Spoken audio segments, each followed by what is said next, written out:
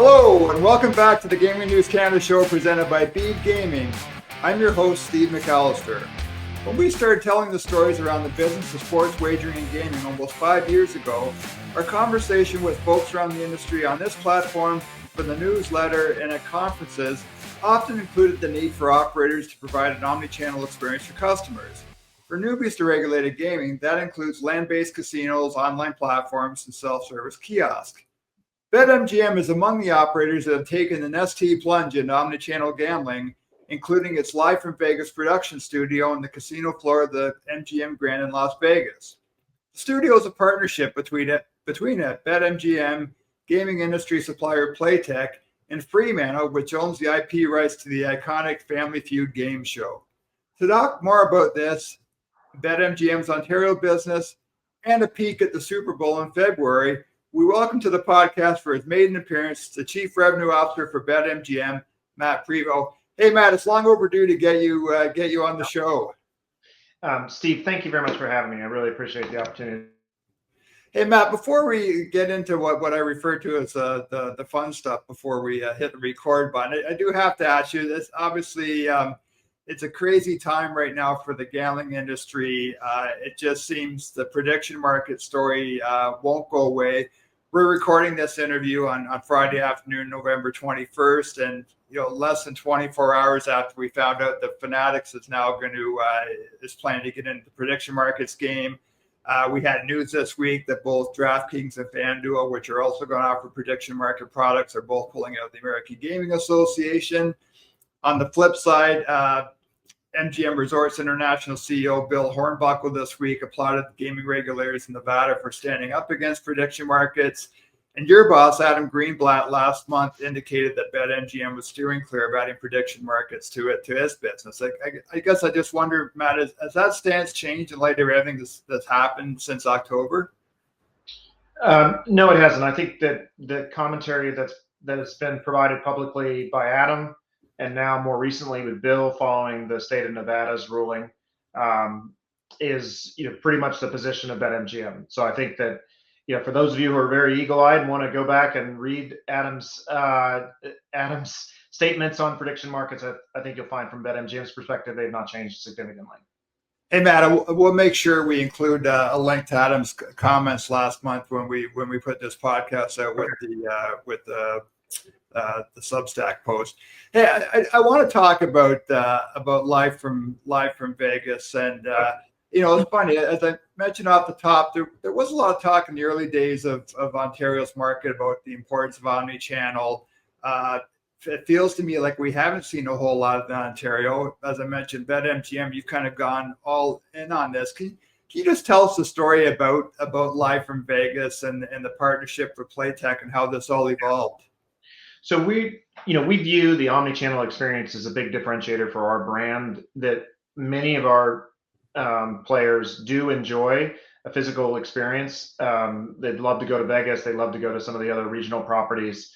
We've always, from day one, viewed omnichannel as an extension of our digital footprint. And what we've done in Las Vegas through an investment by MGM is put up this unique live dealer studio powered by Playtech right in the middle of the gaming floor at MGM Grand. And Steve, I'm not sure have you seen this firsthand? I haven't, and your comms person, Katie Kohler, she's bugged me a few times, Matt, about that. I have to next time I'm in Vegas, I got to go check it out. It's great. What I love about the experience is you can see that for those players who maybe don't trust online gaming for whatever reason, that you can see real people sitting there dealing the cards. You can see what many live dealer studios are off in a industrial park of some sort, or an office park somewhere. This is right smack in the middle of the floor. We think it's a nice extension to connect the brand. We've done both the work with Playtech on kind of traditional table games, and then we've also got the work that the Family Feud experience that you mentioned earlier. In addition to this, we've invested in Evolution's Dual Play, which is, and we've had that up and running out of the Borgata for quite some time, which is roulette and baccarat tables out on the floor of the Borgata. And the great thing about that experience is we've had some players do this. You can have your friends playing at home, seeing the hands, and if you have a tattoo on your finger or something, you can see the hands that are actually yours being playing roulette while while the game's underway. And we think that this connection between the land-based experience and the digital one is really central to how we go to market. Hey Matt, what's that experience look like if you're a BetMGM Ontario customer? I assume there's a Live from Vegas tab on your Right. app, and you're able to tap on that, and then you get to experience that live. That's exactly right. You'll see a live person standing in a big glass box, so it looks like a giant aquarium. And occasionally you'll see other people walking by and looking. You'll see a little bit of an audience as well. So it feels as though you are in that casino, in the MGM Grand.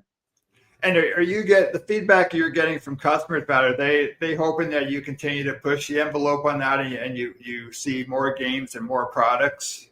It's been really positive, and I think we broke some interesting ground on this with the Nevada regulator as well. This is the first time they've done this, and so this concept is really interesting. We're seeing great take up on the part of players. That we've had to work through some of the kinks, I think, over the past month. The first few months of it opening, but we're off and running, and it's a big part of our experience in Ontario. I have to assume too, if you're someone who's at the MGM Grand, it's got to be kind of a cool. It's an add-on to the whole casino experience to be able to watch what's going on, right? And we look at, and this is what we've done at the Borgata, which is down in Atlantic City. We've branded that to say, oh look, you can also take this experience home with you, and so that's a big part of our marketing. Is we want the 5,000 guests, or they have 5,000 rooms at MGM Grand, so a lot more foot traffic than 5,000. But we want that foot traffic to say, oh right, the gaming experience can extend beyond the four walls of the MGM Grand. Hey Matt, do you see being able to bring this to Ontario at some point? I think when you talk to some people around the gaming industry in Ontario right now, where we have an open competitive market, there's some disappointment that there hasn't been more branding by operators and retail casinos, and obviously there's some regulatory hurdles to overcome. OLG still kind of controls the land-based casinos, and so that hasn't really happened. I mean, is that something that BetMGM's looked at, and do you think there's still room to do that in Ontario and perhaps in Alberta once Alberta opens up its market? There could be. I'm not as familiar with the land-based environment or the land-based operators in Ontario. We certainly have had conversations along the way. We haven't yet put that into part of our go-to-market strategy as of yet. But look, Ontario is probably the most served. There are plenty of brands in Ontario through IGO's regulatory approach. And, we think it's one of the most competitive markets on the planet for gaming. Very, very many brands. And I think a land-based competitor could be successful, but they've got to have a world-class digital product to do so. It just feels to me too, Matt. We've talked about this on the podcast and read about the newsletter so often about the iGaming is only in half a dozen or 7 states in the U.S. And again, I would think BetMGM is really interested to see the expansion of iGaming in the U.S. Absolutely. People often talk about the success in Ontario, and again, should be able to offer that omnichannel experience beyond the 6 or 7 states where it's accessible right now. Right. I want to talk. Yeah, we're getting there. We are optimistic about more legislation in 2024. The legislation cycle showed, I believe, about 4 bills go to a vote and subsequently get defeated. Last year, the number was closer to 15. So, but all were defeated. We view, strangely, that as progress. I think that more adoption of at least the discussion around iGaming is a good thing for our states, and maybe a few perhaps legalize in the next 1 to 2 years, but we'll see. It's funny. It feels like in Ontario, there's quite a bit of stability right now, and Correct. I know when you talk to people up here, they're very quick to point to the Ontario model, and Yep. people who are really in bed are proud of it. And I just wonder when you and Adam and other people at BetMGM are talking to people around the industry in the U.S. Of how often you point to Ontario and see, hey, this is working. Why aren't we taking this beyond 6 or 7 states? Yeah, and look, you can look at the IGO framework and the approach that the province has taken. I think we've been very supportive. We view IGO and AGCO as a partner. We viewed them as a partner throughout. What they've done in a very short period of time is truly groundbreaking. And again, we applaud what the regulator's done. I think it's been a good success for the industry. It's a good success for the operator, and certainly it's generated quite a bit of tax revenue for the province. As we look ahead to Alberta, which I don't know if that's where we're going, I think Alberta has the benefit of learning quite a bit from what the province of Ontario did, and that's a good thing. We think that will make for a more effective and easier operating environment. Not easier, but just they will have worked out all the kinks from day one. Hopefully, that they can learn from what Ontario did. Yeah. Matt, when you just getting back to the Live from Vegas product or program, like do you see differences in a customer base in Ontario compared with Las Vegas or compared with a land-based casino? Like, do you see Ontario customers digging into one product in particular? We certainly see regional differences. We see differences in content. We see differences in types of games. We see differences in stake levels, etc. Ontario is very slot focused generally. So the province, we have 5,000 titles in our app in Ontario, and that's more than anywhere else. Some of that's regulatory, but it's regulatory restrictions, but it's incredible. And there's tremendous enthusiasm for new and exclusive content. We've done a lot of things that maybe you would expect, which is around leaning into Canadian assets, NHL assets. We have a partnership with Wayne Gretzky, so we have a game that is Gretzky's Lucky Tap as an example. So we've done quite a bit to try to personalize, localize the experience there for people in Ontario.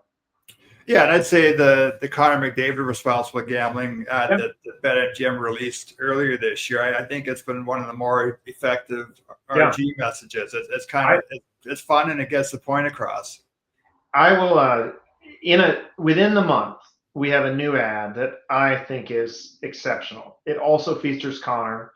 It is also RG related, and I think this is really one of the better ads we've done. I think it lands the message around maintaining control and being thoughtful, I guess. But it's also really good creative. It's fun. So I will send you the link once it comes out. It'll be it's good fun. Ready to accelerate your digital growth? Bede Gaming delivers a market-leading platform with best-in-class products driven by secure, cutting-edge technology.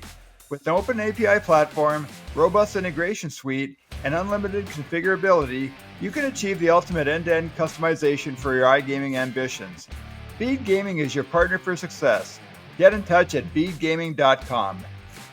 I wonder, just given all the conversations around responsible gambling right now, if there's within BetMGM, if there is more of a concerted effort or more focused on using those ambassadors, and ambassadors are something that you've leaned into heavily, and making sure that those ambassadors are providing that RG message. We think it's a great use of ambassadors. We also have invested in a program that actually, this is at MGM Resorts, but it came out of British Columbia originally, and that's Game Sense. Right. Series of educational trainings on responsible gaming.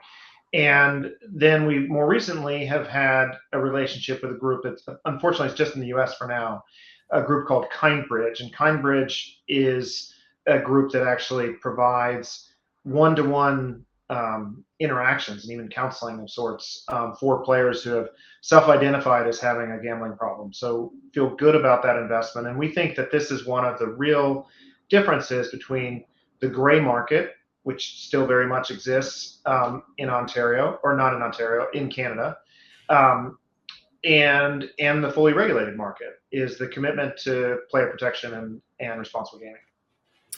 You mentioned the 5,000 games, and one thing I'm a bit intrigued by, and I wanted to talk to you about, was you look at BetMGM's connection with some iconic TV shows from the 70s. Family Feud, The Price is Right. When I was doing research for the podcast, I forgot about your the Wheel of Fortune brand at BetMGM. Mm-hmm. And it seems like a weird dynamic where you have these, television shows from when, I'm not going to date you, but shows from when I was a boy and a teenager, and with online gaming now, which tends to skew to a younger customer. And I've talked to Katie about this. It's just fascinating to me how those brands still have, they're still very relatable, dynamic, well-known brands, and how they apply to the gaming world. Yeah, look, I also, probably similar to you, I grew up without cable. I watched a lot of these game shows growing up, and they really have brand resonance, and we think are a good fit with our brand, which a big part of the omnichannel experience is entertainment. And there have been traveling road shows of Price is Right and other games. The beauty of the Price is Right in particular is it's a series of mini games that each of which has its own following. Plinko has a following. I will not ask you to yodel, but I bet you could yodel to Cliffhanger from Price is Right. So there are a lot of, we think this resonates. We think this content resonates with our customers. We know that it does, and we're going to continue to lean in. We have Friends as a content series. We have the Wizard of Oz. We have the Wheel of Fortune you mentioned. We have some others that are coming up as well. And we think this recognizable content that's exclusive to us is really a point of difference. I'm going to leave the yodeling to Julie Andrews and The Sound of Music, Matt. So that's my strongest connection with. But you know what I'm talking about? The Cliffhanger, right? The yodeler. Yeah. I think you make a great point about the entertainment. I think there's so much focus, especially right now, about betting and gambling, and I think sometimes we forget about. And it's funny, I was in Toronto at the Great Canadian Entertainment Resort at Woodbine a couple of weeks ago for a conference, and just walking through the floor and seeing people playing cards at tables and playing slot machines. And I think sometimes it's easy to forget, because we tend to cover serious issues and regulatory issues in this format, but that there is a fun component. And it really shouldn't seem weird that you would a betting operator would hitch its wagon to Wheel of Fortune or Family Feud, because it is about entertainment. And I think that's why, again, as we mentioned earlier, walking through the MGM Grand and seeing a studio with walls of glass around it, that gambling still, it's entertainment. It's no different than going to a movie or going to watch a concert or going to watch theater. Yeah. Again, agreed. We really like this connection of video entertainment, let's call it, from TV, and taking those brands online. I think and as you get deeper into the games, you'll see that bonus rounds unlock new features that then reference certain shows and things that, if you're a real Friends follower, you'll see references to individual shows, famous episodes that aired many, many years ago. Hey, Matt, do you get, even though you're the chief revenue officer, do you have any input into are there brands that you'd like to hitch your wagon to, but you get shut down by the branding and marketing folks? No, The Price is Right was mine. I love The Price is Right. I'm a big fan. I like that, and Family Feud maybe also, but I think really for me, Price is Right was a key point in my life where I watched that show a lot with Bob Barker.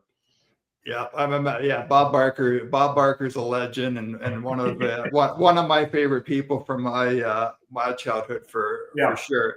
Hey, but before we let you go, I want to talk about the NFL for a second and sure. talk about some sports betting and you know, it's interesting. Katie had passed along some information about, betting around the Super Bowl right now. And obviously, not surprisingly, Ontario, a lot of interest around the Buffalo Bills and Detroit Lions based on the geography of those two cities and the proximity to Ontario.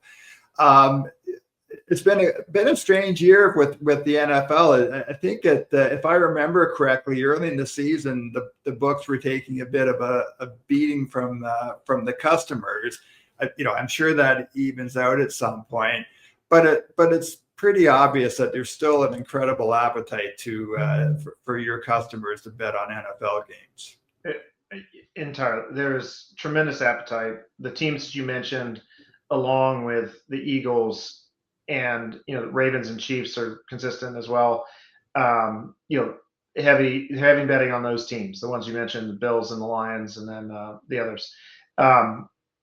It's we as an industry, and it came out in DraftKings results, talked about very challenging September, and those challenging September is frankly when I think it was the Ravens Bills went to, both teams scored 40 some odd points, and all the best, the most popular players all scored. Like those are big, those are very, call it, customer favorable results. And this all, it all kind of evens out eventually, but our customers have enjoyed a very, very good run, certainly at the start of the season. And then I found it fascinating that on one hand, not surprising on the other, but the most bet by handle Ontario right now for you are the Green Bay Packers, and it just shows you the strength. Again, we talk about Wheel of Fortune, the Family Feud, The Price is Right. Yeah. Again, the Packers are an iconic North American sports brand, right? Yeah, absolutely. As we look ahead, I'm going a little bit past the NFL, but we are really looking forward to the World Cup. And we think that will be we know the interest in betting on that event. And we are, gearing up promotional plans and the like. But I think in particular, what we found in Canada is that our Canadian customers are much more aware of soccer, what most real football, as people say, versus much more so than the U.S. We see that our Canadian customers over-index towards soccer betting, and we think hosting the games there in Toronto will just really amplify that event for Canadians. Maybe we can come back and talk about that some other time. Yeah, there aren't too many things that Canadians are ahead of the Americans of, but I think for whatever reason, there's been a lot of passion for soccer in this country for a long time, despite the fact that Canada, that we probably haven't had the same international success as the U.S. has had. Got a good team. Yeah, I'll give give the Canadian women's team and Christine Sinclair. I think the women's team has more recently has had a lot of impact on the increasing success around soccer. Hey, I want to also ask you quickly, Matt, just about the Blue Jays, because people are still buzzing about the Blue Jays getting the World Series. But what was that like for you personally, and then also what was it like for the business of BetMGM? So I am. Let's just say I'm not personally not a fan of the Dodgers at all. Just not a fan of the Dodgers. I am a lowly Cincinnati Reds fan. Oh, wow. And so I look for any smallish market team to come into and give the Yankees and the Dodgers a run for their money. And the Blue Jays are such a compelling team. They were the storytelling around that team was just incredible, and you were so close. But look, we saw tremendous interest in Ontario in the Blue Jays winning. We saw a number of, the Blue Jays are not favored, so a lot of those games we saw very customer favorable results. I guess we saw a lot of customers are betting successfully on the Blue Jays, and just almost at the end. Yeah, it's a great series. I think, again, as I've mentioned this on the podcast a couple of times lately, as a traditionalist when it comes to baseball, I just think the Blue Jays played the game the right way. I think it was a great World Series. I think it was a big win for Major League Baseball, especially when you see the television ratings. And everything I've read about as well is that we also saw that lift with sports books and the amount of action that sports books took around the baseball playoffs this year. It's great. And I want to let you know quickly too, Matt, that you're not alone. My good friend Bruce Murray, who's my golfing partner and a listener of this podcast, he's also a big Cincinnati Reds fan. So I want to make sure you know that you're not alone. A long-suffering fan, I guess. That's Matt Prevost, the Chief Revenue Officer for BetMGM. Hey, Matt, really appreciate you doing this. Like I said, it's taken too long to get you on the podcast, and yes, let's definitely get you back in the new year, maybe after the Super Bowl and before World Cup, because you said there's going to be immense interest in the World Cup on both sides of the border next summer. Agreed. Steve, really nice talking to you. Thank you so much for hosting me. That's it for this episode of the Gaming News Canada Show presented by Bede Gaming. As always, you can find us on Substack at gamingnewscanada.ca and also on the various podcast apps. And you can watch this interview with Matt on our YouTube channel. Thanks again to Matt Prevost for joining us today, and we will see everybody again very soon.